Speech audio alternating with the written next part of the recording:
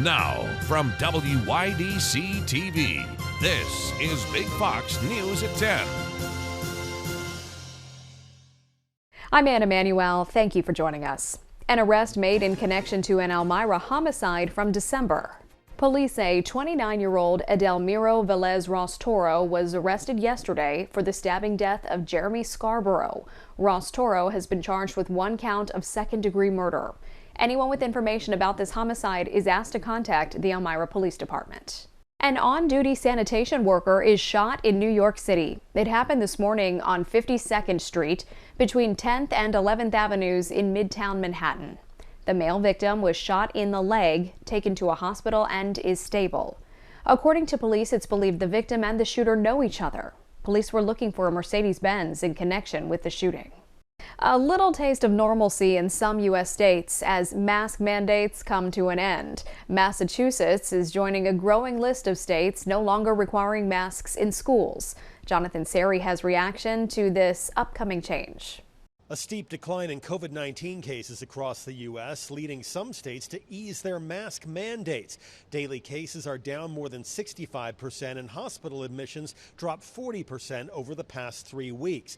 Many Democrat-led states making the decision to end the wearing of face masks against the CDC's advice. Starting today, New Yorkers are no longer required to mask up or show proof of vaccination in most indoor public spaces. We've always said that these decisions are going to have to be made at the local level, and that policies at the local level will look at local cases, they'll look at how local hospitals are doing, they'll look at local vaccination rates. And they, as I understand it, in many of these decisions are using a phased approach. Some states taking it a step further by allowing the mask mandates to end in schools as well. In California, Connecticut, Delaware, New Jersey, and Oregon, students and staff at public schools will no longer have to wear face coverings while indoors. The news leaving some parents conflicted and upset. It's a surprise, first of all. I didn't think this is something that was going to happen so soon. I really do want my kids to be able to go to school with no masks on. I think it does affect their learning and it does affect their social interactions. Mistake. Ooh, I don't know if I would say mistake because I just don't want the criticism. But yeah, perhaps mistake is the right word. Yeah. Yes, it's definitely, I felt a bit disappointed when I heard that. CDC officials say they're encouraged by positive trends, but still caution Americans to remain vigilant. In Atlanta, Jonathan Seri, Fox News. The U.S. Senate passed a bill today to end forced arbitration and overhaul how workplace sexual assaults and harassment claims are handled. During a briefing, Senators Kirsten Gillibrand, Lindsey Graham, and Dick Durbin emphasized the importance of the bill and how it will protect all American workers. The bill is going to help fix a broken system that protects perpetrators and corporations and ends the days of silencing survivors. No longer will survivors of sexual assault or harassment in the workplace come forward and be told that they are legally forbidden to sue their employer because somewhere buried in their employment contracts was this forced arbitration clause. The Ending Forced Arbitration and Sexual Assault and Sexual Harassment Act will void all forced arbitration provisions for sexual assault and harassment, allowing them to have their day in court. The bill now goes to President Biden's desk for his signature. The Labor Department confirming what all consumers know. Things are just more expensive. And the bad news, those prices aren't going down. Lauren Blanchard is in Washington with more on the latest inflation report.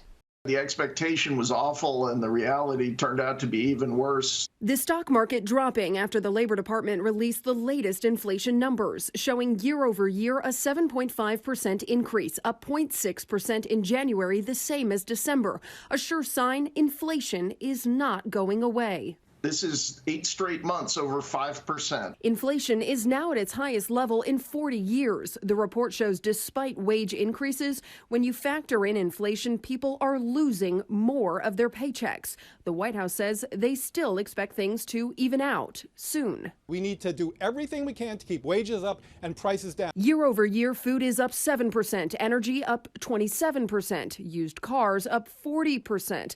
Gas of all types is also up 40%. Some economists are pointing the finger at pandemic government spending. When you provide so much stimulus, you get bottlenecks, you get labor shortages, you get inflationary pressures. The numbers could be a campaign win for Republicans and a bad sign for congressional Democrats up for re-election this year. In the Trump economy, record low inflation, wages were going up the old-fashioned way without government being the driver. The bad numbers also bad news for the president's Build Back Better bill. Holdout Senator Joe Manchin says Congress cannot add any more fuel to an economy already on fire. On Capitol Hill, Lauren Blanchard, Fox News. COVID-19 protests in Canada not slowing down, and now they're threatening the auto industry. Molly Line has the latest from Canada. Our community will not tolerate this level of disruption for long. The Freedom Convoy continues on, blocking 2 international crossings between the U.S. and Canada. The protests at the Ambassador Bridge beginning to have a broader impact on the auto industry Wednesday, forcing the shutdown of a Ford plant in Windsor. Meanwhile, the General Motors plant had to cancel their second shift, and Toyota says they will not be able to manufacture anything at 3 Canadian plants for the rest of the week due to part shortages. There has to be a resolution to get this border crossing open so that we do not impact the economies of the United States and Canada, and further put people, hardworking men and women who want to go to work. In Ottawa, police continue their attempts to crack down on demonstrations, telling protesters blocking streets they could face fines up to $1,000. It's about our children, our future. It feels like we're being policed from every direction, and we want freedom. Prime Minister Justin Trudeau continues to defend COVID restrictions in the country, including a mandate requiring truckers who cross the U.S.-Canadian border to be fully vaccinated. This as some provinces have moved to lift some of their own restrictions. You can't end a pandemic with blockades. You need to end it with science. You need to end it with public health measures. Similar convoys are starting in places like New Zealand, Australia, and France, while the potential for a protest in the United States is growing. In Ottawa, Canada, Molly Line, Fox News. Electric vehicles will be the center of attention at the Chicago Auto Show this weekend. Here's Grady Trimble. The Chicago Auto Show, the largest in North America, starts Saturday, and organizers are gearing up for a whirlwind few days. It's the one place where people can see the biggest variety of vehicles because inventory on dealership lots is so tight. The event provides automakers a chance to showcase some of their newest models, including electric vehicles. With chip shortages and inventory running low at dealerships across the country, battery-powered cars are becoming a hot commodity for those who can afford one. The Chicago Auto Show allows attendees to test drive them on their indoor tracks. The majority of people who are interested in EVs have never experienced one. So having an opportunity to get in one, like these indoor test tracks at the show, is really going to be great for them as consumers. The Biden administration believes electric vehicles are critical in their quest of a complete clean energy transition. This week, top White House officials announced they'll be providing states with $5 billion to help fund a national EV charging network. Once we get shovels in the ground to put these chargers up, as Gina says, it is going to mean jobs, jobs, jobs, and more jobs in every pocket of the nation. Last year, EVs made up only about 3% of all new vehicle sales, but with automakers producing more of them, forecasts suggest big increases in the next decade. In Chicago, Grady Trimble, Fox Business. Still ahead tonight, polls show voters are worried about the spike in crime in cities around the country, and now it's caught the attention of Congress. The fact is, people are dying on the street, and it's not because of law enforcement, it's because of the absence of law enforcement, the absence of enforcing the rule of law. Congressional lawmakers now divided on how best to get it under control. We have the latest. Here's your local stock market update from Big Fox.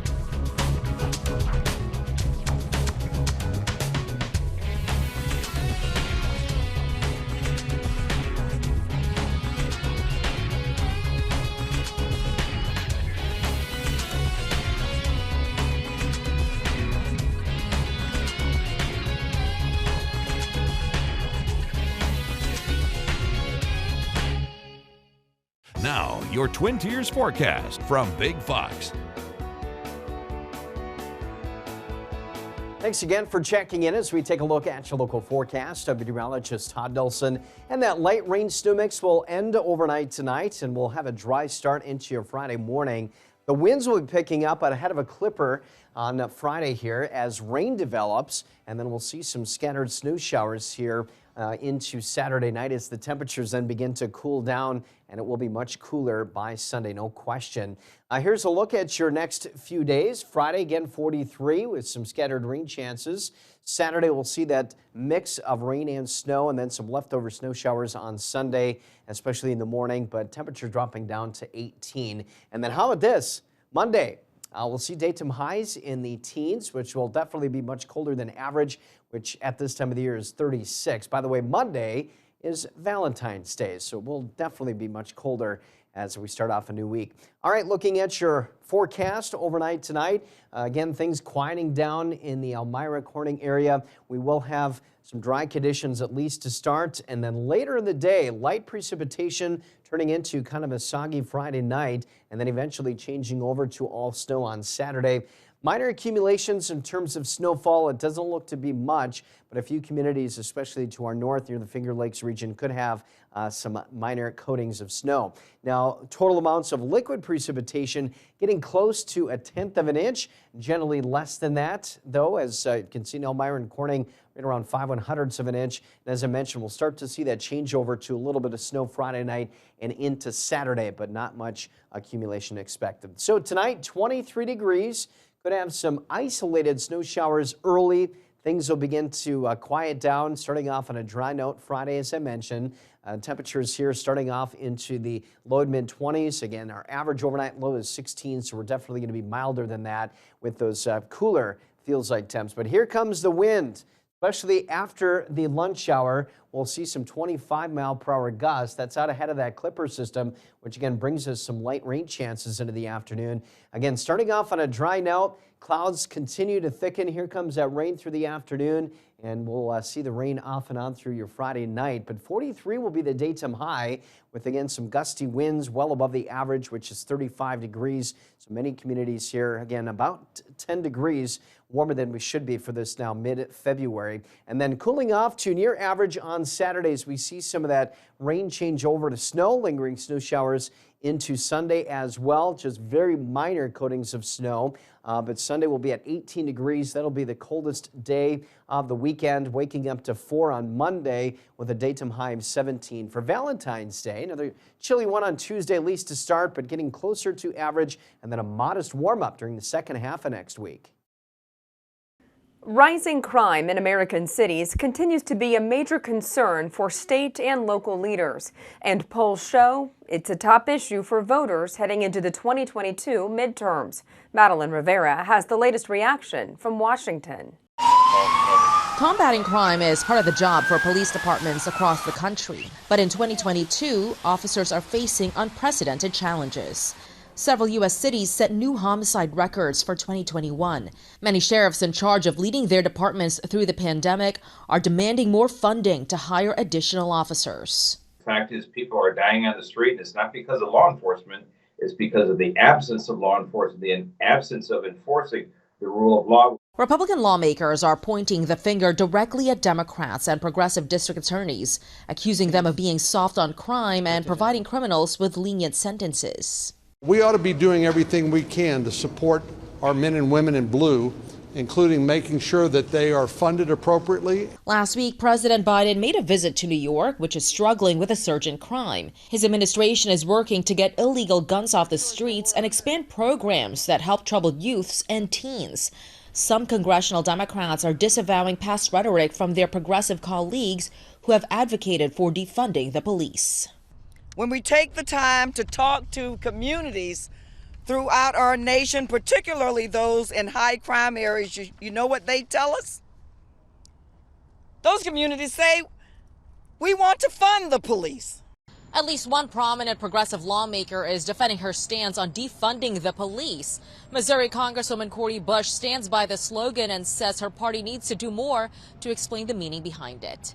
Supply chain issues are affecting farms, not just in terms of what they supply to customers, but the supplies they use to do their work. Keenan Willard has more from North Carolina. One of the most essential tools in agriculture, fertilizer, makes up 15% of all farming costs in the U.S., according to the American Farm Bureau Federation. But since September 2020, the cost of fertilizer nationwide has spiked up to 300%, as demand for ingredients like ammonia and nitrogen has soared. It's a constant struggle. I mean, I'm not trying to sound like a poor man, but it's a constant struggle right now in the farming world. Hundreds of farmers descended on the state fairgrounds in Raleigh for last week's Southern Farm Show. Nathan Barlow says to cut costs, his farm tried switching to alternative fertilizers, but so did everyone else. Now everybody's going to chicken litter, and we can't even find the chicken litter now to do for our farm. So now it's just the supply and demand issues kind of in a mixed up world right now. Some farmers are also concerned the fire that destroyed the Weaver fertilizer plant in Winston-Salem last week could impact the state's supply chain, making the surging cost even worse. If prices don't drop soon, some in the agriculture world are afraid smaller farms won't be able to survive. It's just hard on all the long-time farmers, the family farmers.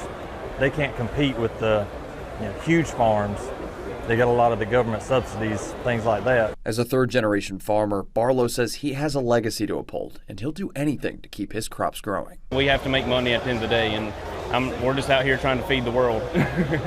Attention coffee lovers, the world's supply of beans is at its lowest in years. New reports claim just 143 million pounds of Arabica coffee beans are held in reserves. Experts blame the shortage on the pandemic and poor growing seasons out of Brazil. The shortage is sending futures prices for coffee beans to highs not seen in a decade. While football fans hope either the Rams or the Bengals come out on top this Super Bowl Sunday, many people watching the big game will be tuning in for the commercials.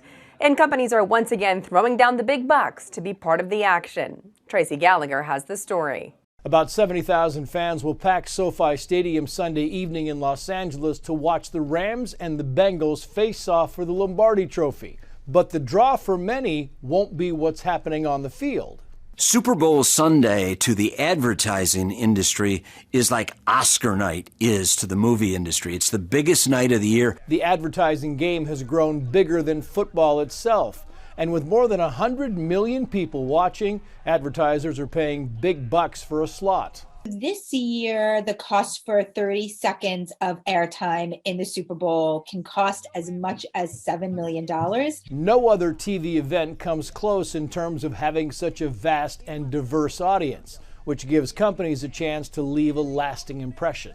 There are very few places where people are actually still paying attention to commercials. And this is a place where they are not only able to watch the ads, but they're actually excited to watch the ads. You get a celebrity, you inject some humor, you have good production qualities, really good messaging. If you have a great ad with terrific production in the Super Bowl and it's memorable, it can really make careers and make companies. Make taste, not waste, baby! Super Bowl ads are actually so popular, YouTube reports more than 70% of fans rewatch some of the commercials after the game is over.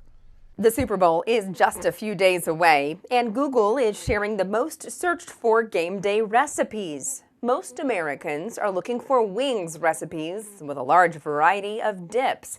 According to Google, the East Coast prefers buffalo wings, while southern states go for hot wings.